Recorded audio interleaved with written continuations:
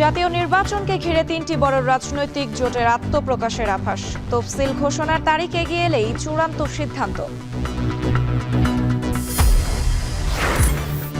রাজধানীতে চিহ্নিত সন্ত্রাসী ধরতে যৌথ বাহিনীর অভিযান। মোহাম্মদপুরে ৩১ কিশোর গ্যাং সদস্য আটক।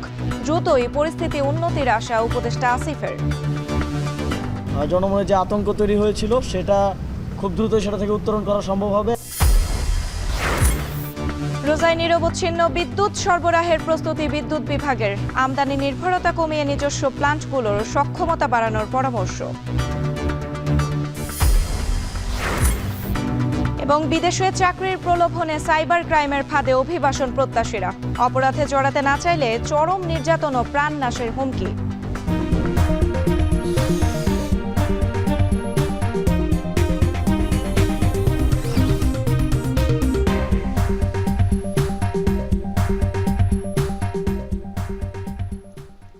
স্বাগত এখন সকালে। পুরো আয়োজন জুড়ে সঙ্গে আছে আমি সুমাইরা আছি। আগামী জাতীয় সংসদ নির্বাচনকে ঘিরে ৩টি বড় রাজনৈতিক জোটের আত্মপ্রকাশ হতে যাচ্ছে। এর মধ্যে একটি বিএনপির নেতৃত্বে সমমনা দলগুলো নিয়ে, আরেকটি জামায়াতের নেতৃত্বে বেশ কয়েকটি ইসলামী দল নিয়ে এবং অন্যটি ছাত্রদের গঠন করতে যাওয়া নতুন রাজনৈতিক দলের নেতৃত্বে। দলগুলোর মধ্যে কে কোন জোটে যাবে চলছে সেই হিসেব নিকেশ। তবে বিএনপি সহ সমমনা যে দলগুলো চীন সফরে যাচ্ছে তাদের দিকে চোখ রাখছেন সবাই। বিস্তারিত বেলায়েত হোসেনের প্রতিবেদনে। বিএনপি জামায়াত রাজনীতির মাঠে একসময়ের চিরমিত্র দুটি দল। ২০০১ সালের অষ্টম জাতীয় সংসদে জোটবদ্ধ নির্বাচন করে সরকার গঠন করেছিল তারা। এরপর ২০০৮-এর নির্বাচনে একসাথে বিরোধী দলে। তারপর থেকে টানা ১৭ বছর রাজপথে কাঁধে কাঁধ মিলিয়ে একই মঞ্চ থেকে রাজনৈতিক কর্মসূচি দিয়ে আওয়ামী বিরোধী যুগপথ আন্দোলনে সঙ্গী ছিল দল দুটি। কিন্তু ৫ই আগস্টের পরিবর্তিত প্রেক্ষাপটে বদলে গেছে সবকিছু। রাজনীতির মাঠে মিত্র দুটি দলের মধ্যে এখন যোজন যোজন দূরত্ব। অন্যদিকে জুলাই বিপ্লবের কেন্দ্রে থাকা ছাত্র জনতার নেতৃত্বে আসছে নতুন রাজনৈতিক শক্তি। সব মিলিয়ে এক ভিন্ন রাজনৈতিক সমীকরণের দিকে যাচ্ছে বাংলাদেশ। এই অবস্থায় আগামী নির্বাচনকে ঘিরে কে কোন জোটের দিকে ঝুঁকছে তা নিয়ে এখন ব্যাপক সরব রাজনীতির মাঠ। বিভিন্ন দলের নেতাদের সঙ্গে কথা বলে জানা যায়, ত্রয়োদশ জাতীয় সংসদ নির্বাচনকে ঘিরে ৩টি বড় রাজনৈতিক জোটের উত্থান হবে। সমমনা দলগুলোকে নিয়ে কিছু আসন ভাগাভাগি করে নির্বাচন করবে বিএনপি। সেক্ষেত্রে বিএনপির সাথে চীন সফরে থাকা দলগুলোর সাথেই জোট হতে পারে বলে ধারণা অনেকের। অন্যদিকে জামায়াতের চেষ্টা সবগুলো ইসলামী দলকে একই ব্যালটে ঐক্যবদ্ধ করা। সেক্ষেত্রে ছাত্র জনতার নেতৃত্বে নতুন যে দল আসছে তারা বিএনপি বা জামায়াত কারো সাথেই আপাতত জোটবদ্ধ হচ্ছে না বলে জানা গেছে। তাদের নেতৃত্বে নতুন আরেকটি জোটের আত্মপ্রকাশ হচ্ছে। বিএনপি সমমনা প্রায় ৮-১০টা দলের নেতৃবৃন্দরা একসাথে চায়না যাচ্ছে, বেইজিংয়ে সফরে যাচ্ছে। এখন সেটাকে নিয়ে বেশ আপনার গসিপ আছে যে সেখানে তারা জোটের কোনো রাজনীতি করবেন কিনা, এবং বিএনপির এই জায়গাটা এখনও পরিষ্কার করে নাই। দ্বিতীয়ত আমরা দেখেছি যে জামাত সহ ইসলামী দলগুলোর ভিতরে একটা বোঝাপড়ার চেষ্টা করা হচ্ছে যে তারা একটা নতুন জোট অথবা বলয় তৈরি করতে পারছে কিনা। তৃতীয়ত হচ্ছে ছাত্রদের নেতৃত্বে নতুন কোনো জোট আসছে কিনা, অথবা যারা বাকি থাকবেন যারা অন্য জোটে যাবে না তারা কোনো জোট তৈরি করছে কিনা। এখানে যেটা আমরা ৪২টি রাজনৈতিক দল যারা যুগপৎ আন্দোলন করেছি, বিশেষ করে বিএনপি জামাত সহ, তাদের সাথে প্রত্যেকেরই মোটামুটি কিন্তু একটা বোঝাপড়া আছে। এখন ইকুয়েশনটা হচ্ছে যেহেতু একটা বৃহৎ রাজনৈতিক দল আওয়ামী লীগ মাঠে নাই, কাজে তাহলে এখন তো একটা সরকার থাকলেও তার একটা শক্তিশালী অপোনেন্ট দরকার। যদিও তারা বলছেন বিএনপির সাথে গিয়ে দু একটি আসন ভাগাভাগির রাজনীতি না করে শক্ত বিরোধী দলে থাকাটাও একটি কার্যকর সংসদের জন্য ইতিবাচক রাজনীতির ধারা তৈরি করবে। সংসদে যদি ফাংশনাল অপোজিশন না থাকে, বিএনপির মতো বড় দলকে যদি জবাবদিহিতার আওতায় আনা না যায়, তাহলে বিএনপি রাষ্ট্রকে যে সুশাসনের জন্য ওয়াদা করছে সেটা সে ডেলিভার করতে পারবে না। তো সেখানে এরকম আলোচনাও আছে যে বিএনপি সহ যারা আওয়ামী বিরোধী জোটে ছিলেন, বিএনপি এককভাবে নির্বাচন করবে আর বিএনপি ছাড়া বাকিরা সবাই মিলে একটা বিরোধী দল হতে পারে কিনা, সেই আলোচনাটাও চলছে। মানুষ ওই পুরানো রাজনীতি তো দেখেছে। এখন আমরাও যদি ধরেন ছোট দল হিসেবে আবার যদি বৃহৎ দলের সাথে জোট করে, অনেক কিন্তু হারিয়ে যায়, তার স্বকীয়তা থাকে না। সেক্ষেত্রে অনেকের সাথে আলাপ আলোচনা চলছে। আসন বা সিট নিয়ে সমঝোতার বিষয়ে কিন্তু এখন পর্যন্ত আলাপ আলোচনা হয় নাই। আমরা এই সময়ে গত ৭-৮ বছরের এই প্রতিকূল সময়ে রাজনীতি করে আজকের এই জায়গাটাতে আসছি। 2-3টে সিটের রাজনীতি করলে তো, সুবিধার রাজনীতি করলে তো এটা আওয়ামী লীগের আমলে সবচেয়ে আমরা বেনিফিটেড বেশি থাকবো। জোট নিয়ে জানতে চাইলে বিএনপির এই নেতা বলেন, তফসিল ঘোষণা ঘনিয়ে আসলেই চূড়ান্ত সিদ্ধান্ত নেবে তারা। তবে বিএনপি ক্ষমতায় এলে ফ্যাসিবাদ বিরোধী দলগুলোকে নিয়ে জাতীয় ঐক্যমতের সরকার হবে, এটি এখন পর্যন্ত চূড়ান্ত। নির্বাচন কমিশনের নিবন্ধন নাই, তারা আমাদের সঙ্গে যদি অংশগ্রহণ করে, আমাদের মার্কা নিয়েও তো অতীতে নির্বাচন করে নাই, দানের শেষ মার্কা নিয়ে নির্বাচন করে নাই, তো দানের শেষ মার্কা নিয়ে নির্বাচন করতে পারে, অথবা যাদের নিবন্ধন আছে তারা সেই মার্কা নিয়ে সেখানে ভোট করতে পারে। জোট যে হওয়া যাবে না তা তো কোনো বাধা নাই। ফ্যাসিবাদ বিরোধী আন্দোলনে যারা সরাসরিভাবে যুগপৎ আন্দোলনে শরিক ছিল, তাদেরকে নিয়ে আমরা জাতীয় ঐক্যমত্যের সরকার গঠন করব, এটা তো হলো সবচেয়ে বড় জোট।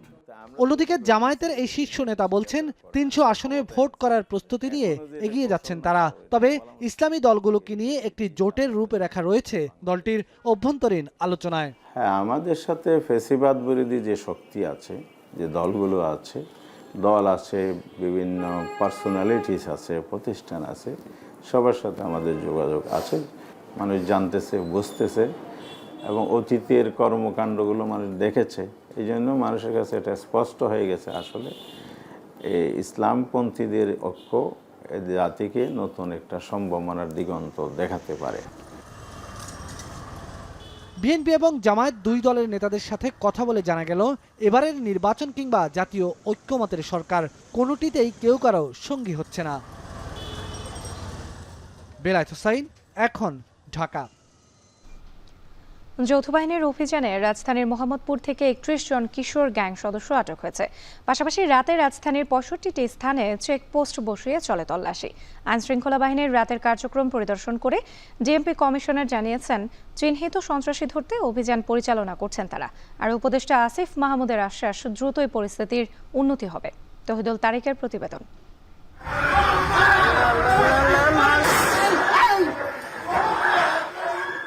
গেল কয়েকদিনে সামাজিক যোগাযোগ মাধ্যমে ভাইরাল একের পর এক ভয়াবহ ছিনতাইয়ের ঘটনা। বনশ্রীতে গুলি করে স্বর্ণ ব্যবসায়ীকে লুট কিংবা মগবাজার, মোহাম্মদপুর সহ বিভিন্ন স্থানে ছিনতাইয়ের ঘটনায় আতঙ্কিত রাজধানীবাসী। ভয় ভয় লাগে, যেমন এই তো শাহবাগ থেকে আইলাম, একটা লোক দাঁড়ায় লইলো, ভিতরে বয় ঢুকে গেছে, মানে সিঙ্গেল দিতে কারো আমরা গত কয়েকদিন আগে কিন্তু রাস্তাঘাটে আমরা চলতে পারিনি। আমি এখন কুমিল্লা চাঁদপুর থেকে আসছি, সারা রাস্তায় ভয়ে ভয়ে আসছি, যে কোনো সময় ডাকাতি হইতে পারে, এরকম অবস্থা চলতেছে সারা বাংলাদেশে, শুধু ঢাকা না। এমন পরিস্থিতিতে সোমবার থেকে রাজধানীর বিভিন্ন এলাকায় অভিযান সহ 65টি স্থানে চেকপোস্ট বসায় আইনশৃঙ্খলা বাহিনী। মঙ্গলবার রাতে বিশেষ অভিযান চালিয়ে মোহাম্মদপুরের নবোদয় হাউজিং, শেখেরটেক ও আদাবর এলাকা থেকে আটক করা হয় 31 জন কিশোর গ্যাং সদস্যকে। এমন অবস্থায় সাধারণ মানুষ কিছুটা স্বস্তি বোধ করলেও তারা বলছেন, এলাকাভিত্তিক নিরাপত্তা ব্যবস্থা আরও জোরদার করতে হবে। পুলিশ থাকতে হইব গল্লিতে, গল্লিতে পুলিশ থাকতে হইব, যাতে ওই যে সন্ত্রাসী অনেক ছিনতাইকারী আছে গল্লিতে, অনেক কিছু সমস্যা হচ্ছে। এলাকার রোডগুলায়, এলাকায় যেমন চিপাচাপা অন্ধকার, এইসব জায়গাগুলোতে হচ্ছে বেশি সমস্যা। মঙ্গলবার রাতে আইনশৃঙ্খলা বাহিনীর কার্যক্রম পরিদর্শন করেন উপদেষ্টা আসিফ মাহমুদ ও ডিএমপি কমিশনার শেখ মোহাম্মদ সাজ্জাদ আলী। এ সময় ডিএমপি কমিশনার বলেন, মনিটরিং সিস্টেম ও প্রযুক্তি ব্যবহারের মাধ্যমে অপরাধ দমনের চেষ্টা করা হচ্ছে। রাজধানীবাসীকে প্রতিরোধ গড়ে তোলার পাশাপাশি আইন নিজের হাতে তুলে না নেওয়ার আহ্বান জানান তিনি। বাংলাদেশ সেনাবাহিনী এবং মেট্রোপলিটন পুলিশ বিভিন্ন জায়গায় ব্লক রেড করছে। আজকেও মোহাম্মদপুর, আদাবর এলাকায় ব্লক রেড করা হয়েছে এবং আগামীতেও আমরা ব্লক রেড অব্যাহত রাখব। আমরা চিহ্নিত সন্ত্রাসীদের তালিকা করে সেই তালিকা মোতাবেক আমাদের অভিযান পরিচালনা করছি। এক্ষেত্রে কোনোভাবেই ভুল বোঝাবুঝির সুযোগ নেই যে আমরা যে কোনো মানুষকে অ্যারেস্ট করে থানায় নিয়ে কোর্টে সোপর্দ করতেছি। আমাদের চিহ্নিত ছিনতাইকারী আছে, আমরা তাদেরকেই শুধু অ্যারেস্ট করব। এ সময় উপদেষ্টা আসিফ মাহমুদ বলেন, গণঅভ্যুত্থানের পর পুলিশের মনোবল ফেরাতে কিছুটা সময় লাগলেও জনমনে যে আতঙ্ক তৈরি হয়েছে তা দ্রুতই সমাধান হবে। আশা করি যেই পরিস্থিতি তৈরি হয়েছিল, জনমনে যে আতঙ্ক তৈরি হয়েছিল, সেটা খুব খুব দ্রুত সেটা থেকে উত্তরণ করা সম্ভব হবে এবং অভিযান চলছে যেই জায়গাগুলোতে বেশি ছিনতাইয়ের মতো ঘটনা ঘটে কিংবা যারা ঘটায় চিহ্নিত যারা আছে তাদেরকে আটক করার মাধ্যমে পরিস্থিতি নিয়ন্ত্রণে আনার চেষ্টা চলছে। আশা করি খুব দ্রুত সময়ের মধ্যে এটা নিয়ন্ত্রণে চলে আসবে। আপনারা যদি একটা জিনিস দেখেন যে অগাস্ট সেপ্টেম্বরে বড় ধরনের অপরাধ অর্থাৎ হত্যা থেকে শুরু করে বড় ধরনের যে অপরাধগুলো ছিল সেটার পরিমাণ কিন্তু সিগনিফিকেন্টলি রিডিউস হয়েছে। ডাকাতি, হত্যা সিগনিফিকেন্টলি রিডিউস হয়েছে। তবে ছোট ধরনের অপরাধ যেমন ছিনতাইয়ের মতো ঘটনাগুলো ইদানিং একটু বাড়ছে। আমরা এটাকেও সরকার অ্যাড্রেস করছে, এটাকেও আমাদের ল এনফোর্সিং এজেন্সিস অ্যাড্রেস করছে। জননিরাপত্তা বাড়াতে সংশ্লিষ্টরা এই বিশেষ কার্যক্রমকে কার্যকরী মনে করলেও জনসাধারণের মতে পাড়া মহল্লাগুলোতে মনিটরিং আরও বাড়ানো প্রয়োজন। তৌহিদুল তারেক, এখন, ঢাকা। বিগত সময়ে অতিরিক্ত হিসাব দেখিয়েও রোজায় বিদ্যুতের চাহিদা শতভাগ পূরণ হয়নি, কিন্তু এবার সামর্থ্য অনুযায়ী লোডশেডিং না করার আশ্বাস দিয়েছে বিদ্যুৎ বিভাগ। যদিও আদানি আর আমদানি গ্যাসে নির্ভর করেই মেটাতে হবে চাহিদা, তবে বর্তমান পরিস্থিতিতে আদানির উপর পুরো নির্ভর না থেকে নিজস্ব প্লান্টগুলোর সক্ষমতা বাড়ানোর পরামর্শ পাওয়ার সেলের সাবেক মহাপরিচালকের। বিস্তারিত জানাচ্ছেন মাজহার মাহবুব। গরমকালে বাসাবাড়িতে সেহরি ইফতারে বিদ্যুতের চাহিদা বাড়ে কয়েক গুণ। অপরদিকে উৎপাদন খাত ও মার্কেটগুলোতে ঈদের প্রস্তুতির কারণেও চাপ পড়ে বিদ্যুতের ওপর। প্রতিবারই লোডশেডিংয়ের কবলে পড়েছে দেশবাসী। যদিও বিগত সময়ে ৩০,০০০ মেগাওয়াট সক্ষমতার গল্প শুনিয়েছে আওয়ামী লীগ সরকার, যা ছিল শুধু কাগজে কলমেই। বিদ্যুৎ বিতরণ সংস্থাগুলো বলছে এবার শীত মৌসুমে রাজধানীতে বিদ্যুৎ লেগেছে ১,০০০ থেকে ১,২০০ মেগাওয়াট, যা ফেব্রুয়ারির শেষের দিকে বেড়ে দাঁড়িয়েছে ১,৫০০ থেকে ২,০০০-এ। আর রমজানে গিয়ে চাহিদা দাঁড়াবে ৩ থেকে ৩,৫০০ মেগাওয়াটে। সাধারণত সর্বোচ্চ গরমের সময় ডিপিডিসি ও ডেসকো মিলে সর্বোচ্চ চাহিদা ৪,০০০-এর আশপাশেই থাকে। ডেসকো কর্তৃপক্ষ বলছে রমজান মাস বিবেচনায় ঘাটতি সমন্বয় করে বিদ্যুৎ উন্নয়ন বোর্ড পুরোটা সরবরাহ করলে চাহিদা মতো বিতরণ করতে পারবে তারা। অসুবিধা হবে না, আমাদের ইনফ্রাস্ট্রাকচার ইজ ওয়েল এনাফ। আমাদের কোনো ২,০০০ মেগাওয়াট হলে আমরা সাপ্লাই দিতে পারবো। একটু ফুয়েল প্রাইসিং সেটা তো জানেন, গ্লোবাল এই ফুয়েলের প্রবলেম আছে। সাথে যদি জেনারেশন কিছুটা শর্টেজ হয়ে যায়, সেক্ষেত্রে যদি লোডশেড করতে হয় আমাদেরকে অ্যালোকেশন দিতে বলে দিয়ে দেয়, সেক্ষেত্রে আমাদেরকে লোডশেড করতে হবে, আদারওয়াইজ আমাদের লোডশেডই দরকার হয়। বিগত রমজানে সারা দেশে প্রতিদিন লোডশেডিং করতে হয়েছে ২,০০০ মেগাওয়াটের বেশি। তবে এবার রোজায় নিরবচ্ছিন্ন বিদ্যুৎ সরবরাহের প্রস্তুতি নিয়ে রেখেছে বিদ্যুৎ বিভাগ। যদিও আগের মতো এবারও ভরসা আমদানিকৃত গ্যাস জ্বালানিতে বিদ্যুৎ উৎপাদন। এর মধ্যে আদানির বিদ্যুতে আশার বাণী পিডিবির। গ্যাস ভিত্তিক ৬,৫০০ মেগাওয়াট এর মতো জেনারেশন আর ক্রস বর্ডার আছে, কোল পাওয়ার প্ল্যান্ট আছে এবং বাকিটা আমরা এইচএফ থেকে রিকোয়ারমেন্ট বেসিস আমি সিস্টেম চালাবো আর কি। পজিটিভ করবে যে আমরা লিকুইড ফুয়েল পাইলে কি করে আদানির ফুল লোড পাইলে আমরা লিকুইড ফুয়েল সেই হিসেবে কম চালাইতে পারবো। ডলারের কিছু ঘাটতি ছিল, এখন অনেকটাই কভার হয়ে গেছে আর কি। তবে ভারত বাংলাদেশ টানাপোড়েনের মধ্যে আদানির বিদ্যুতের উপর ভরসা না করে বরং পুরনো পাওয়ার স্টেশনগুলো সংস্কার করে নিজস্ব সক্ষমতা বাড়ানোর পক্ষে মত পাওয়ার সেলের সাবেক মহাপরিচালকের। বেশ কয়েকটা পাওয়ার স্টেশন মেনটেন্যান্সের উপরে বন্ধ আছে। এইগুলো কিন্তু এতদিনে এই সরকার আসার পরও ৬ মাস তো হয়ে গেল, তারা এইগুলোকে মেনটেন করার চেষ্টা করতো, মানে সংরক্ষণ যদি করতো তাইলে কিন্তু আরও ৫-৬ হাজার মেগাওয়াট এখানে আসতো। গার্মেন্টস নিয়ে ওদের সঙ্গে আমার ঝগড়া, অনেক কিছু নিয়ে ঝগড়া চলছে। আমরা যেই ভালো যাব ওদের বিদ্যুৎ ব্যবহার করে খাট করে একটা ব্রেকডাউন দেখায় বলবে যে আমি বিদ্যুৎ দিতে পারবো না, এটা তো স্বাভাবিক। আবার রেট তো আছেই। এবছরের শুরুতে বিদ্যুতের চাহিদা ছিল ৯,০০০ মেগাওয়াটেরও কম। শীত কমায় তা বেড়ে ফেব্রুয়ারির শেষ সপ্তাহে দাঁড়িয়েছে প্রায় ১২,০০০ মেগাওয়াটে। এবার রোজায় সর্বোচ্চ ১৬,০০০ এবং পুরোপুরি গ্রীষ্মে চাহিদা ধরা হয়েছে ১৮,০০০ মেগাওয়াট। তবে চাহিদার বিপরীতে এবারও ১৩ থেকে ১৫,০০০ মেগাওয়াটের বেশি উৎপাদনের ঘোষণা দিতে পারেনি বিদ্যুৎ বিভাগ। মাজহার মাহবুব, এখন, ঢাকা। চীন থেকে ২,৬০০ কোটি টাকা ব্যয়ে বাংলাদেশ শিপিং কর্পোরেশনের নতুন 4টি জাহাজ কেনার উদ্যোগ ৬ বছর পর আলোর মুখ দেখেছে। সরকারের পট পরিবর্তনে অনিশ্চয়তা তৈরি হলেও জাহাজ ক্রয়ের সম্প্রতি চীনের এক্সিম ব্যাংকের সাথে অর্থনৈতিক সম্পর্ক বিভাগের বাণিজ্য চুক্তি এক্ষেত্রে বড় অগ্রগতি। ঋণ চুক্তি হলেই শুরু হবে জাহাজ নির্মাণ। সংশ্লিষ্টদের মতে এতে শুধু বিএসসিএ লাভবান হবে না, দেশীয় জাহাজে জ্বালানি তেল পরিবহনের ফলে সুরক্ষিত হবে জ্বালানি নিরাপত্তাও। বিস্তারিত জানাচ্ছেন হাজিরা শিউলি। অগ্নি দুর্ঘটনায় গেল বছরের অক্টোবরে বাংলার সৌরভ ও বাংলার জ্যোতি পরিত্যক্ত হওয়ার পর জাতীয় পতাকাবাহী প্রতিষ্ঠান বাংলাদেশ শিপিং কর্পোরেশনের বহর আরও ছোট হয়। বর্তমানে সমুদ্রগামী জাহাজ আছে মাত্র 5টি। এত কম জাহাজ দিয়ে শিপিং ব্যবসায় টিকে থাকা কঠিন, তাই মুনাফা ধরে রাখতে নতুন জাহাজ কেনা জরুরি হয়ে পড়েছে। 6 বছর আগে চীনা ঋণে শিপিং কর্পোরেশনের নতুন জাহাজ কেনার উদ্যোগ অবশেষে বাস্তবায়িত হচ্ছে।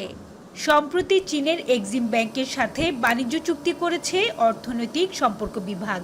এর আগে 2023-এর অক্টোবরে China national machinery export and import corporation সিএমসির সঙ্গে 2600 কোটি টাকা ব্যয়ে 4টি জাহাজ কেনার চুক্তি করে বিএসসি। কথা ছিল এই অর্থে 6টি জাহাজ কেনা হবে, কিন্তু প্রক্রিয়াগত জটিলতা ও দর কষাকষিতে 2.5 বছরে ডলার ও নির্মাণ উপকরণের দাম বাড়ায় সেটি সম্ভব হয়নি। বাণিজ্য চুক্তি হওয়ার পর এখন অপেক্ষা ঋণ চুক্তির। শিপিং কর্পোরেশনের প্রত্যাশা আগামী 3 থেকে 4 মাসের মধ্যে ঋণ চুক্তি সই হবে। এরপর শুরু হবে জাহাজ নির্মাণ। কমার্শিয়াল এগ্রিমেন্ট অলরেডি হয়ে গেছে। এখন সিডকা যদি আমাদের লোন অ্যাপ্লিকেশনের এগেনস্টে অনুমোদন দেয় তাহলে লোন এগ্রিমেন্টটা সাইন হবে। সেই সাইনটা হবে চাইনিজ যে অর্থায়ন করছে এক্সিম ব্যাংক এবং হচ্ছে আমাদের ইআরডির মধ্যে। এটা হয়ে গেলে আমাদের জাহাজের কনস্ট্রাকশন ফেজ বা এক্সিকিউশন ফেজ শুরু হয়ে যাবে। বর্তমানে ইস্টার্ন রিফাইনারির আমদানি করা 13 লাখ টন অপরিশোধিত জ্বালানি তেলের পুরোটা বিদেশি জাহাজ ভাড়া করে পরিবহন করে বিএসসি। এতে বিপুল অঙ্কের বৈদেশিক মুদ্রা চলে যাচ্ছে বাইরে। ক্রয়ের প্রক্রিয়ায় থাকা 4টি জাহাজের মধ্যে 1,14,000 টন ধারণ ক্ষমতার 2টি মাদার ট্যাঙ্কার দিয়ে বিপিসির তেল আমদানির টার্গেট শিপিং কর্পোরেশনের, আর 82,000 টন ধারণ ক্ষমতার 2টি বাল্ক কার্গো জাহাজে পরিবহন করবে কয়লা সহ অন্যান্য পণ্য। এতে বৈদেশিক মুদ্রার সাশ্রয়ী শুধু নয়, লাভবান হবে বিএসসি। যেটা আমরা এখন চার্টারিংয়ের মাধ্যমে ফরেন ভেসেল নিয়ে আসছি সেটা এখন আমাদের নিজস্ব ভেসেল। তো সুতরাং দেশের সমস্ত ফরেন কারেন্সি যেটা আমরা এই পারপাসে ব্যয় হতো সেটা হবে না, নিজস্ব অর্থায়নে নিজস্ব দেশের মধ্যে থেকে যাবে। At the same time BSc লাভবান হবে। অভিযোগ উঠেছে বাজার দরের চেয়ে বেশি দামে জাহাজ কিনছে বিএসসি। শিপিং সংশ্লিষ্টরা বলছেন প্রক্রিয়া শুরুর পর দ্রুত জাহাজ কিনলে অনেক কম দরেই জাহাজ কেনা যেত। একই জাহাজ যদি প্রাইভেটে কিনতো এবং একই জাহাজ বিএসসি কেনার মধ্যে প্রাইসের অনেক তারতম্য। এটা একটা বিরাট বড় কনসার্ন আমাদের। আমি মনে করি যে ন্যাশনাল ফ্লিট আমাদের গ্রোথ দরকার, কিন্তু সেই ন্যাশনাল ফ্লিটের গ্রোথ করার জন্য যে ধরনের পলিসি দরকার সেই পলিসির মধ্যে একটা আমূল পরিবর্তন আনা দরকার। বর্তমানে বিএসসির বহরে থাকা 5টি জাহাজের মধ্যে 3টি ওয়েল ট্যাঙ্কার ও 2টি বাল্ক কার্গো জাহাজ। চীন থেকে কেনা সবগুলো জাহাজের ধারণ ক্ষমতা 39,000 মেট্রিক টন। হাজারা শিউলি, এখন চট্টগ্রাম। রমজানের আগে জামালপুরে বেড়েছে লেবুর দাম, তবে সরবরাহ বাড়ায় কমেছে বেশিরভাগ সবজির দাম। বাজারের সবজির সরবরাহ ও দাম জানাতে বিনন্দের পাড়ার সবজি বাজার থেকে যুক্ত হচ্ছেন জুয়েল রানা। জুয়েল, প্রকারভেদে সবজির দাম কেজিতে কত টাকা কমেছে আর লেবুর দাম কেমন দেখছেন জানাবেন।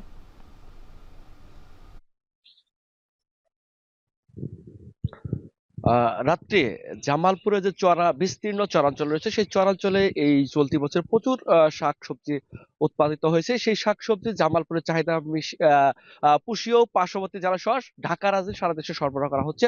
আর এই মুহূর্তে জামালপুরে যে সবজির বাজার রয়েছে সবগুলা সবজির দাম 5 থেকে 10 টাকা পর্যন্ত কমেছে।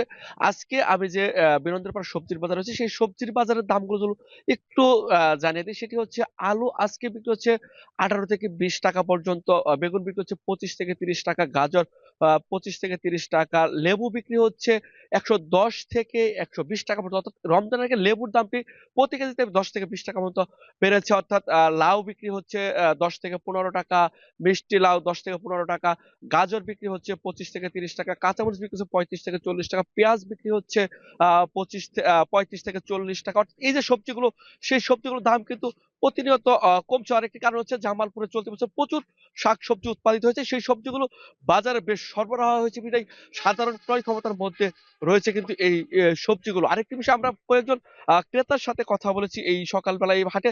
তারা যে বিষয়টি জানিয়েছে, রমজান যেহেতু সমাগত আর 2 থেকে 3 দিন পরে পবিত্র মাহে রমজান শুরু হবে, সেই রমজানে যদি এই নিত্য পণ্যের শাকসবজিগুলোর দামটা যদি সাধারণ ক্রয় ক্ষমতার মধ্যে থেকে যায়, তাহলে সাধারণ মানুষ একটা হাফ ছেড়ে বাঁচতে পারবে। আর আমি জেলা প্রশাসনের সাথে কথা বলেছি, ভুক্ত অধিকারের সাথে কথা বলেছি, তারা যে বিষয়টি বলেছে রমজানে তারা বাজার জোরদার মনিটরিং জোরদার করবে, যেহেতু সাধারণ ক্রয় ক্ষমতার মধ্যে এইসব নিত্য পণ্য থাকে, তাহলে মানুষ পবিত্র রমজান খুব সুস্থ সুন্দরভাবে তারা পালন করতে পারবে। আরেকটা বিষয় বলা চলে, এই মুহূর্তে যে সবজিগুলো রয়েছে সেই সবজিগুলো কিন্তু বেশ টাটকা এবং ফরমালিন মুক্ত যে সবজিগুলো, সেই সবজিগুলো বাজারে আসছে। আরেকটা বিষয়, আলুর দামটা কিন্তু একেবারে সহনীয় পর্যায়ে, 18 থেকে 20-22 টাকা বিক্রি হচ্ছে, পেঁয়াজ বিক্রি হচ্ছে 35 থেকে 40 টাকা, আপনার গাজর বিক্রি হচ্ছে একেবারে কম দামে, কপি বিক্রি হচ্ছে 5 থেকে 10 টাকায়। এই যে সবজিগুলো, সেই সবজিগুলো একেবারেই সাধারণ মানুষের কিন্তু একেবারে ক্রয় ক্ষমতার মধ্যে এই মুহূর্তে রয়েই গেছে। আরেকটা বিষয় বলা চলে, এই বছর কিন্তু অন্যদিকে কৃষকরা কিন্তু একটু দাম কম পেয়েছে, সে বিষয়টা জানাইছে। তারপরেও সাধারণ মানুষ যে খুব সহজে এই পণ্যগুলো কিনতে পারছে এবং ক্রয় করতে পারছে, সেটিও কিন্তু একটি স্বস্তির খবর বলা চলে। সব মিলিয়ে বলা চলে, এই মুহূর্তে যে বাজার রয়েছে সেই বাজারে আরো মনিটরিং করা দরকার। পাশাপাশি আমরা যদি একটু মাছ মাংসের কথা বলি, তাহলে কিন্তু সেদিকে কিন্তু একটু অস্বস্তি রয়েছে। অর্থাৎ জামালপুরে এই মুহূর্তে গরুর মাংস বিক্রি হচ্ছে 700-750 টাকা। এই ছিল জামালপুর থেকে আমার কাছে সবশেষ তথ্য। রাত্রি জামালপুরের কাঁচা বাজার থেকে যুক্ত ছিলেন সহকর্মী জুয়েল রানা। নেত্রকোনার হাওড় অঞ্চলে পুরো দমে চলছে ফসল রক্ষা বাঁধ নির্মাণের কাজ। এই বাঁধের উপরেই নির্ভর করছে কৃষকদের স্বপ্ন, তাদের একমাত্র ফসল। পানি উন্নয়ন বোর্ড বলছে ফেব্রুয়ারির মাঝেই শেষ হবে কাজ। তবে হাওড়ে প্রতি বছর এভাবে মাটির বাঁধ নির্মাণে ক্ষতিগ্রস্ত হচ্ছে প্রকৃতি, তাই টেকসই সমাধানের দাবি তুলছেন পরিবেশবিদরা। রিফাত আহমেদ রাসেলের প্রতিবেদন। বিস্তৃত হাওরের মাঝে মাটি ফেলে তৈরি করা হচ্ছে বাঁধ, যা ঘিরেই কৃষকদের ফসল ঘরে তোলার সব আশা ভরসা। প্রতি বছর এভাবেই বাঁধ নির্মাণ করে আগাম বন্যা থেকে ফসল রক্ষার চেষ্টা চালায় পানি উন্নয়ন বোর্ড, যার জন্য গঠন করা হয় প্রকল্প কমিটি বা পিআইসি। চলতি বছর এমন কমিটি 190টি। এই বাঁধের উপর নির্ভর করে হাওর পাড়ে আবাদ হয় প্রায় 41,000 হেক্টর জমির ফসল, যার বাজার মূল্য 700 কোটি টাকার বেশি। বিগত কয়েক বছর যাবতীয় বাঁধটা হওয়াতে আমাদের ফসলের কোনো ক্ষয়ক্ষতি আগাম বন্যা থেকে আমরা বাঁচতে পারতেছি। বান ঠিক না হলে তো বানজন ঠিক না থাকবো, পানি এলে তো আমরা শেষই। 1.5 লাখ টাকা খরচ করে যদি জমি করি সেটা যদি দান না পাই তো আমরা মরা না। আগাম বন্যার হাত থেকে ফসল রক্ষার জন্য কাবিটা প্রকল্পের আওতায় নির্মিত 146 কিলোমিটার বাঁধ নির্মাণে বরাদ্দ ধরা হয়েছে 31.5 কোটি টাকা। তবে কৃষকদের অভিযোগ, মাঝপথে এসে কিছুটা ধীরগতি হয়েছে কাজের গতি। বাদ যদি না হয় আমরা আগাম ফসল মারছি, অনেক ফসল একবারে তোমার মদন থানা লইয়া ডাক্তার গোটা লইয়া সব ফসল এই বাঁধের উপর। এই এলাকা না, শুধু জগন্নাথপুর না, এই 2-3 থানা লইয়া এই বাঁধের উপর নির্ভর। তবে প্রতি বছর এভাবে মাটি ফেলে বাঁধ নির্মাণে ক্ষতিগ্রস্ত হচ্ছে হাওরের প্রাকৃতিক পরিবেশ। নদী ও খালে জমে থাকা মাটি অগভীর করছে জলাশয়, কমছে মাছের উৎপাদন। এ নিয়ে উদ্বিগ্ন পরিবেশবিদরা বলছেন, হাওরে সকল প্রকার অপরিকল্পিত স্থাপনা নির্মাণ বন্ধ করতে হবে। নদী ভরতাছে, আমরা ধান যে ফসল করে জমিও ক্ষতি হইতেছে না। নদী খনন করলে বাদ লাগবো না, নদীর পানি নদী দেয় যাবে, উপরে উঠবো না। এখন প্রাথমিকভাবে কাজ শুরু হচ্ছে আর কি। আমি মাটি শিফটিং করে উপরে দিচ্ছি, আর পরে আমি হালকা উপরে উঠে পরে ড্রেসিং দেবো। যেটা করছে সেটা তো আসলে কোনো পরিবেশগত কোনো বিষয়ের তোয়াক্কাই করছে না, কারণ আমরা ব্যক্তির খেয়াল খুশি আমরা হাওরের মাঝখানে আড়াআড়ি রাস্তা করে দিচ্ছি, যেটা অলমোস্ট হাইওয়ের মতো। এবং সেখান দিয়ে পানি কিভাবে গড়িয়ে যাবে সেটা ভাবছি না। ফলে আমরা একদিকে ওইটার পেছনের বিলগুলোতে সময় মতো পানি দিতে পারছি না, ফলে মাছের উৎপাদন ক্ষেত্রে ব্যাহত হবারই কথা। অন্যদিকে যখন ভরা বর্ষায় পানিটা বেরিয়ে যাবার কথা, তখন বেরোতে পারছে না। পানি উন্নয়ন বোর্ড বলছে অপ্রয়োজনীয় বাঁধ নির্মাণ বন্ধে তদারকি চলছে। তবে কাবিটা প্রকল্পের আওতায় চলমান বাঁধের নির্মাণ নির্ধারিত সময়ের মধ্যেই শেষ হবে বলে জানান তিনি। আমাদের হাওড়ের কাজগুলো একটা টাইম ফ্রেমের মধ্যে বাস্তবায়ন করা হয়, কাজে এই পর্যায়ে এসে আমার মনে হয় না এটা বলার কোনো সুযোগ আছে যে আমরা টাকার অভাবে কাজ বাস্তবায়ন করছি না। তবে হ্যাঁ, স্পেসিফিক কোনো পিএসসির যদি নিতান্তই সমস্যা হয় সেক্ষেত্রে আমাদেরকে জানালে আমরা বিকল্প কোনো ওয়েতে কাজটা বাস্তবায়ন করা যায় কিনা সেটার ব্যবস্থা নিব। তবে আমরা এটা দৃঢ়ভাবে মনিটর করি, কোথাও যদি কোনো ধরনের অভিযোগ আসে যেটা অপরিকল্পিত হয়েছে সে বিষয়ে আমিও পার্সোনালি ভিজিট করে সেটার কার্যকারিতা যাচাই করি এবং সে অনুযায়ী ব্যবস্থা গ্রহণ করে থাকি। নেত্রকোনার হাওড় অঞ্চলে ৩৮০ কিলোমিটার ডুবন্ত বেড়িবাঁধ রয়েছে। প্রায় সব স্থানেই চলছে ফসল রক্ষা বাঁধ নির্মাণের ব্যস্ততা। রিফাত আহমেদ রাসেল, এখন নেত্রকোনা। ভালো চাকরির প্রলোভন দেখিয়ে উন্নত কোনো দেশে পাঠানোর স্বপ্ন দেখিয়ে বিভিন্ন দেশের নাগরিকদের দিয়ে করানো হচ্ছে টেলিকম প্রতারণার কাজ। প্রতারক চক্র হাতিয়ে নিচ্ছে কোটি কোটি ডলার। প্রতারণার ফাঁদে পড়া মানুষগুলোকে প্রতিনিয়ত হতে হচ্ছে চরম নির্যাতনের শিকার। সম্প্রতি মিয়ানমার থাইল্যান্ড সীমান্তে কড়াকড়ি আরোপ করে উদ্ধার করা হচ্ছে বিভিন্ন দেশের নাগরিকদের। দক্ষিণ পূর্ব এশিয়ার এই প্রতারক চক্রের দৌরাত্ম্য বন্ধে কাজ করছে চীন, মিয়ানমার, থাইল্যান্ড। বিস্তারিত জানাচ্ছেন ঈশিতা ব্রহ্ম। And when I reach the which place we are, our camp, then I understand little bit. This is not right place. It's too much army. Why they have too much security guard? Because also we are in Dubai. They don't have that much of security guard. স্বপ্ন ছিল দক্ষিণ এশিয়ার কোনো দেশে ভালো চাকরি হবে, কিন্তু গন্তব্য হয়েছে কারাগারে। বন্দি থেকে জোরপূর্বক সাইবার ক্রাইমের সঙ্গে যুক্ত করা হয়েছে এসব ভুক্তভোগীকে। বিভিন্ন দেশ থেকে থাই, মিয়ানমার সীমান্ত দিয়ে পাচার করে আনা এই বন্দীদের অনেক সময় মারধর, নির্যাতন করা হয়, দেয়া হয় ইলেকট্রিক শক। থাইল্যান্ড, মিয়ানমার সীমান্তে প্রতারক এই চক্রে ফেসে গেছেন বাংলাদেশ, পাকিস্তান, ইথিওপিয়া, চীনের শতাধিক নাগরিক। প্রতিনিয়ত হতে হচ্ছে নির্যাতনের শিকার। Our job was they give us client number. We add the number from the WhatsApp and we send them message. And if somebody don't want to work with them, they are in Myanmar, they say, in Chinese say, they have one of biggest market, the place here they're selling the organ, human organ. সশস্ত্র গোষ্ঠীরা থাই, Myanmar সীমান্ত দিয়ে পাচার করা বিভিন্ন দেশের নাগরিককে এভাবেই মিয়ানমারে পাঠিয়ে দেয়। তাদের রাখা হয় সীমান্তের কুখ্যাত কম্পাউন্ডে। সারা বিশ্বের মানুষকে প্রতারিত করার মতো জঘন্য কাজ করানো হয় তাদের দিয়ে। কাজ করতে অস্বীকৃতি জানালে দেয়া হয় প্রাণনাশের হুমকি। সম্প্রতি রয়টার্স, গার্ডিয়ান সহ পশ্চিমা ও এশিয়ান বিভিন্ন গণমাধ্যমে উঠে এসেছে এমন সব প্রতিবেদন। I get a lot of punishment, like I receive shock, electric shock every day. I receive punch every day because like we were working for 18 hours without salary. Most of Africans want to live better life. Then those Chinese boss take disadvantage and they catch us. বিষয়টি সামনে আসে যখন Myanmar, চীন আর Thailand যৌথভাবে উদ্যোগ নেয় scam সেন্টারগুলো খুঁজে বের করে ভুক্তভোগীদের উদ্ধার করে নিজ দেশে প্রত্যাবাসনের ব্যবস্থা করার উদ্যোগ নেয়। এখন পর্যন্ত মিয়ানমার থেকে চীনা প্রায় 200 মানুষকে নিজ দেশে ফেরত পাঠানো হয়। থাইল্যান্ডে ফেরত পাঠানোর প্রস্তুতি চলছে। টেলিকম প্রতারণার ফাঁদে পড়া আরও প্রায় 800 চীনা নাগরিককে সামনে দেশে ফিরিয়ে আনা হবে। প্রতারক চক্রের কাছ থেকে উদ্ধার করা হয়েছে বিভিন্ন দেশের অন্তত 7,000 মানুষ। টেলিকম প্রতারণা রুখতে হাত মিলিয়েছে এই 3 দেশ। চলতি মাসের শুরুতে মিয়ানমারের সশস্ত্র গোষ্ঠী ডেমোক্রেটিক কারেন্ট বুদ্ধিস্ট আর্মি এমন প্রতারণার শিকার 260 জনকে থাই সেনাবাহিনীর কাছে হস্তান্তর করেছে। এছাড়াও মিয়ানমারের সীমান্তবর্তী 5টি এলাকায় 2 সপ্তাহ আগে বিদ্যুৎ, ইন্টারনেট সংযোগ ও জ্বালানির সরবরাহ স্থগিত করে দিয়েছিল থাই কর্তৃপক্ষ। তাদের ধারণা দক্ষিণ পূর্ব এশিয়ায় অবৈধ অনলাইন অপারেশনের সঙ্গে জড়িত হাজার হাজার মানুষ। পেছনে কাজ করছে চীন, মিয়ানমার, থাইল্যান্ড সহ আরও অনেক দেশের প্রতারক চক্র। কেবল দক্ষিণ পূর্ব এশিয়ায় নয়, অনলাইন স্ক্যামের বিরুদ্ধে অভিযান চলছে সারা বিশ্বে। প্রতারিত হচ্ছেন এশিয়া, আফ্রিকা, মধ্যপ্রাচ্য, দক্ষিণ আমেরিকার শত শত মানুষ। যুক্তরাষ্ট্রের ইনস্টিটিউট ফর পিস বলছে এই প্রতারণা থেকে বিশ্বব্যাপী 6,390 কোটি ডলার আয় হয়। এর মধ্যে 3,900 কোটি ডলার আসে কম্বোডিয়া, মিয়ানমার আর লাওস থেকে। জাতিসংঘ বলছে মিয়ানমারের 1,20,000 নাগরিক আর কম্বোডিয়ার 1 লাখ নাগরিক অবৈধ এই প্রতারক চক্রের সঙ্গে জড়িত। বিগত কয়েক বছর ধরে সন্ত্রাসী সংগঠনগুলো দক্ষিণ পূর্ব এশিয়ার বিভিন্ন দেশে এভাবেই অবৈধ কার্যক্রম চালিয়ে যাচ্ছে। ঈশিতা ব্রহ্ম, এখন বিশ্ব। রাজধানীর নয়াপল্টনের জামান টাওয়ারে আগুন লেগেছে। নিয়ন্ত্রণে কাজ করছে ফায়ার সার্ভিসের 14টি ইউনিট। আরও জানাতে যুক্ত হচ্ছেন তহিদুল তারেক। তারেক, ভবনের কয়টি ফ্লোরে এখন পর্যন্ত আগুন ছড়িয়েছে এবং কিভাবে এই আগুনের সূত্রপাত জানাবেন?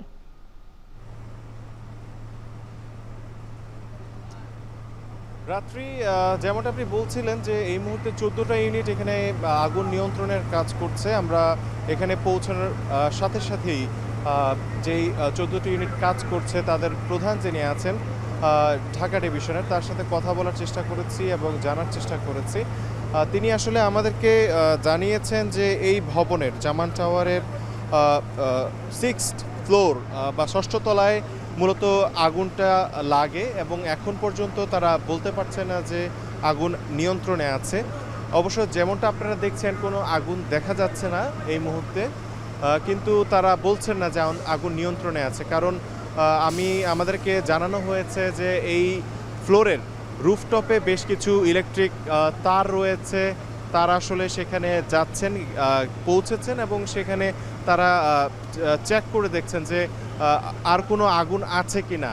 এবং একই সাথে আমরা জানার চেষ্টা করেছি যে কোনো ধরনের হতাহত বা আহত বা কেউ নিহত হয়েছে কিনা সেই বিষয়ে জানার চেষ্টা করেছি। তারা বলেছেন যে এখন পর্যন্ত তারা এমন কোনো হদিস পাননি, তবে তাদের কয়েকজন ফায়ার ব্রিগেড উপরে গিয়েছেন, তারা আসলে ওইখানে খুঁজে দেখছেন যে কোনো সমস্যা আছে কিনা। এবং একই সাথে নয়াপল্টনের ঠিক এই জায়গাটাতে রূপায়ণ টাওয়ারের অপোজিটে ঠিক বিপরীত পাশেই যে জামান টাওয়ার রয়েছে, আপনারা দেখতে পাচ্ছেন যে একটি ময়ের মাধ্যমে ফায়ার সার্ভিসের কর্মীরা সেখানে পৌঁছেছেন এবং আগুন নিয়ন্ত্রণে আনার চেষ্টা করছেন। এখনও তারা পানি সেখানে পৌঁছানোর চেষ্টা করছেন এবং পানি পৌঁছেছে, কিন্তু আগুন নিয়ন্ত্রণে এসেছে কিনা সে বিষয়ে আসলে তারা এখনও কনফার্ম করতে চাচ্ছেন না। তারা বলছেন যে এই বিষয়টা তারা আরেকটু সময় পর আসলে মিডিয়াকে তারা জানাবেন এবং একই সাথে আগুনের সূত্রপাত কোন জায়গা থেকে সে বিষয়টাও আসলে এখনও নিশ্চিত না বলে তারা আসলে জানিয়েছেন। পাশাপাশি যে বিষয়টা আমি একটু জানাতে চাই যে এখানে 6ষ্ঠ তলার উপরে যে তলাটি রয়েছে সেখান থেকে আসলে আপনারা দেখতে পাচ্ছেন যে ধোঁয়া বেরোচ্ছে, কিন্তু আগুন সেখানে পৌঁছেছে কিনা তারা ফায়ার সার্ভিসের কর্মীরা এখনও আসলে সে বিষয়ে নিশ্চিত নন। তারা 6ষ্ঠ তলার আগুন নিয়ন্ত্রণে আনার পর আসলে 7ম তলায় যাবেন বলে আমাদেরকে জানিয়েছেন এবং সেই আগুন আসলে নিচের তলাতে অর্থাৎ 5ম তলায় পৌঁছেছে কিনা বা গিয়েছে কিনা সেই বিষয়ে তারা জানিয়েছেন যে খুব সম্ভবত যে 5ম তলায় আগুনের কোনো সূত্রপাত হয়নি বা আগুন সেখানে পৌঁছেনি, তবে উপরের যেই তলাগুলো রয়েছে সেই তলাগুলোতে আসলে আগুন পৌঁছার একটা আশঙ্কা রয়েছে। তাই তারা সেখানে যে রুফটপ রয়েছে সেই রুফটপে যে ইলেকট্রিক তারগুলো রয়েছে সেখানে আসলে তারা সেই খুঁজে দেখছেন এবং চেক করছেন যে সেখানে কোনো আগুন আছে কিনা এখন পর্যন্ত। এবং একই সাথে আমি একটু জানাতে চাই যে আজ ভোর 5:30টার দিকে আমরা জানতে পারি যে জামান টাওয়ারের 6ষ্ঠ তলায় আগুন লাগে। একই সাথে 5 মিনিটের মধ্যে আমরা জানতে পারি যে 5 মিনিটের মধ্যে ফায়ার সার্ভিস এখানে পৌঁছায়, ফায়ার সার্ভিসের 12টা ইউনিট এবং একই সাথে এর পরপরই আরও 2টি ইউনিট অর্থাৎ 14টি ইউনিট একসাথে আসলে এখানে কাজ করছে এই আগুন নিয়ন্ত্রণে আনার জন্য। রাত্রি আরেকটি বিষয় আমি একটু জানাতে চাই, এই ভবনটি আসলে একটি কমার্শিয়াল ভবন। এখানে বেশ কিছু কর্পোরেট অফিস থেকে শুরু করে কিছু ট্রাভেল এজেন্সি থেকে শুরু করে বেশ কিছু এজেন্সির এখানে অফিস রয়েছে আমরা দেখতে পাচ্ছি। এখানে আসলে কেউ বসবাস করে বলে ফায়ার সার্ভিস মনে করছে না, তবে তারা বলছে যে এখানে বেশিরভাগই যেহেতু কমার্শিয়াল অফিস, সেই অফিসের কারণে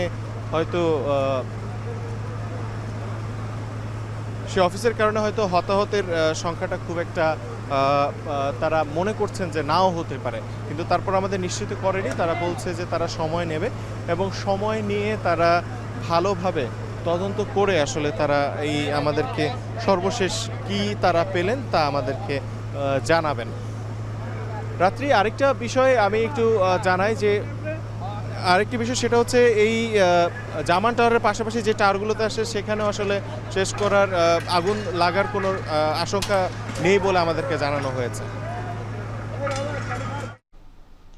রাজধানীর নয়াপল্টনের জামান টাওয়ারে আগুন লেগেছে। এ নিয়ে বিস্তারিত জানাতে আমাদের সঙ্গে যুক্ত ছিলেন সহকর্মী তৌহিদুল তারেক।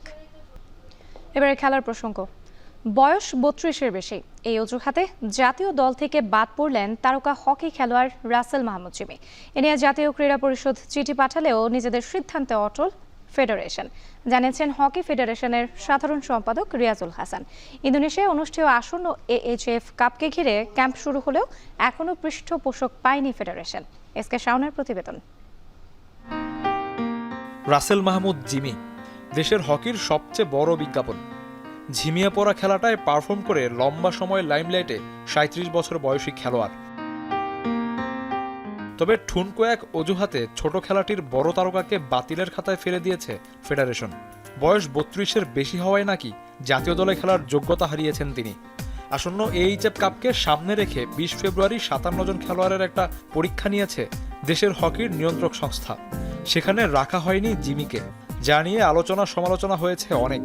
জিমিকে বাদ দেওয়ার কারণ জানতে চেয়ে ফেডারেশনকে চিঠিও দিয়েছিল জাতীয় ক্রীড়া পরিষদ। তবে আগের সিদ্ধান্তে অনড় ফেডারেশনটি। বর্তমানে ওয়ার্ল্ডে 35 বছর বয়সে হকি প্লেয়াররা মাস্টার্সে খেলে। জিনিসটা বোঝার চেষ্টা করেন, হকিতে যার বয়স 35 বছর হয়ে গেছে সে মাস্টার্স খেলতেছে, অর্থাৎ সে রেগুলার হকি থেকে ছেড়ে বিদায় নিচ্ছে, কারণ এটা হলো very taxing গেম। আপনি বলছেন যে 32 বছরের ঊর্ধ্বে কোনো প্লেয়ার নেওয়া হচ্ছে না, এটা আপনাদের একটা প্রাথমিক সিদ্ধান্ত। জি, সেটা কি এখনো প্রাথমিকে আছে নাকি একদম? আমাদের ক্যাম্প শুরু হয়ে গেছে ভাই। তার মানে চূড়ান্ত? আপনি চূড়ান্ত কথাটা, ক্যাম্প শুরু হয়ে গেছে, বাকিটা আপনারা বুঝেন।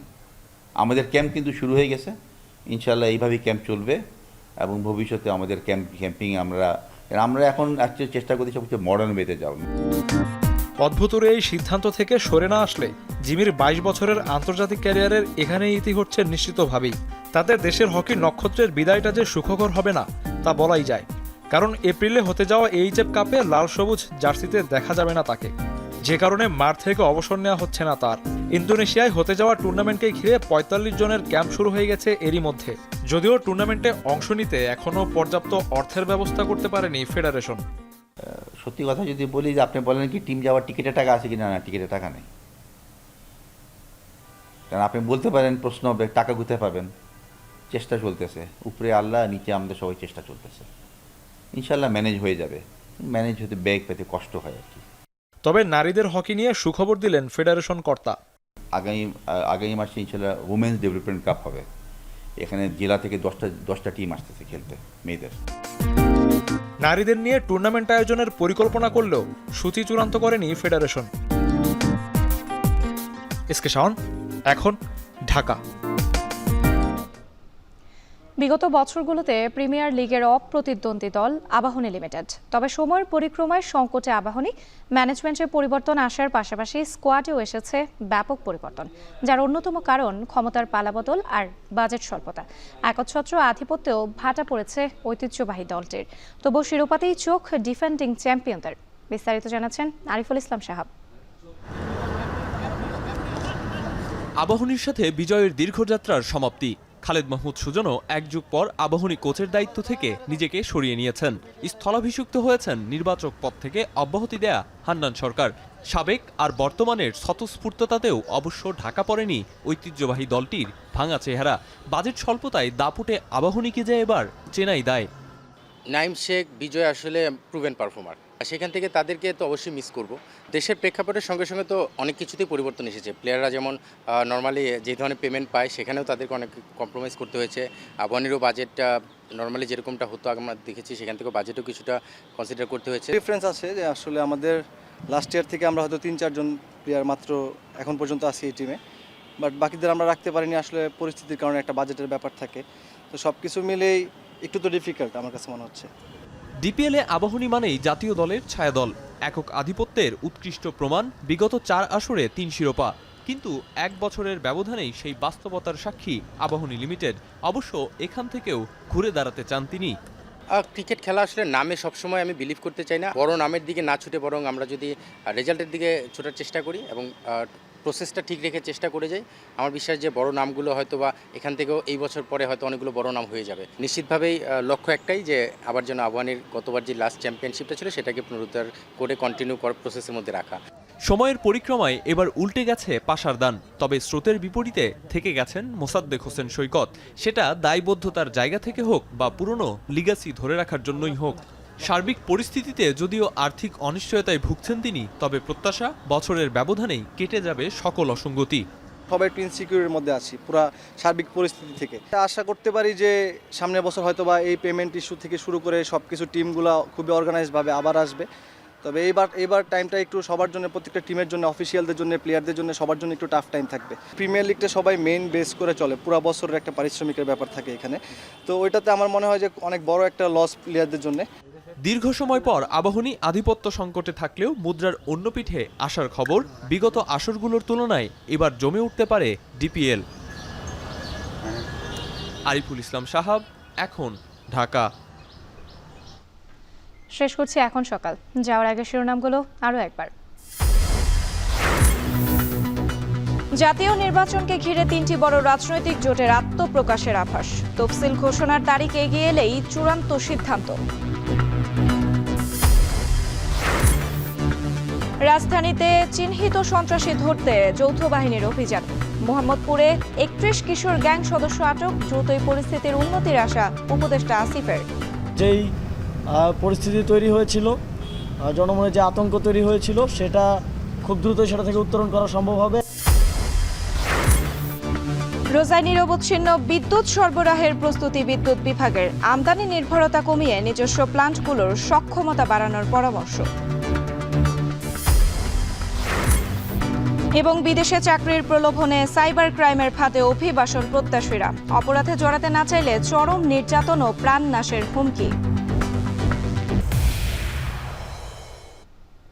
এই ছিল এখন সকালের আয়োজনে। এখন টেলিভিশন ওয়েবসাইটে দেখতে ভিজিট করুন www.ekon.tv। এছাড়া ফেসবুকে দেখতে ভিজিট করুন facebook.com/tv.ekon এবং ইউটিউবে এখন টেলিভিশন দেখতে ভিজিট করুন youtube.com/c/ekontv।